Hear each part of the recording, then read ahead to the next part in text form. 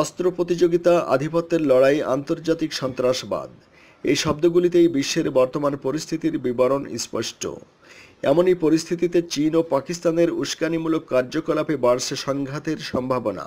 তাই এবার ভারতীয় সেনাবাহিনীকে ঢেলে সাজাচ্ছে দেশটির প্রধানমন্ত্রী নরেন্দ্র মোদীর সরকার। এবার দেশটির সেনাবাহিনীতে যোগ হচ্ছে রুশ নির্মিত KA-226T সামরিক হেলিকপ্টার। সোমবার এক বিবৃতিতে হেলিকপ্টারটির নির্মাণকারী সংস্থা জানিয়েছে যে 2019 সাল থেকে ভারতের হাতে তুলে দেওয়া হবে এই হেলিকপ্টারগুলি।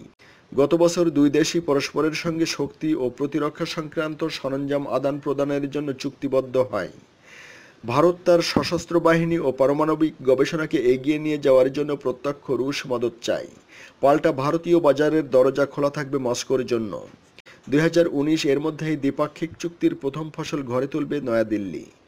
ভারতীয় সশস্ত্র বাহিনীর জন্য হালকা ও অত্যাধুনিক মানের 200টি কামভ হেলিকপ্টার তৈরি করে দেবে মস্কো।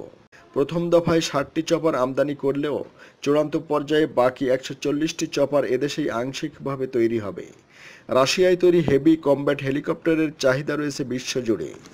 রুশ অস্ত্র নির্মাতাদের দাবি, সম্প্রতি চীন তাদের কাছ থেকে Mi-171A2 হেলিকপ্টার কেনায় আগ্রহ প্রকাশ করেছে। এটি একটি অ্যাডভান্সড মিডিয়াম মাল্টিরোল হেলিকপ্টার। এই সিরিজেরই বেশ কয়েকটি হেলিকপ্টার ভারতের কাছে রয়েছে। বেইজিং চায় 2017 এর মধ্যে সংখ্যার বিচারে ভারতের চেয়ে এগিয়ে যেতে। বেইজিংয়ের এই মনোভাব আঁচ করতে পেরেই সম্ভবত আরও বেশি সামরিক চপার সেনাবাহিনীতে আনতে চাইছে ভারত।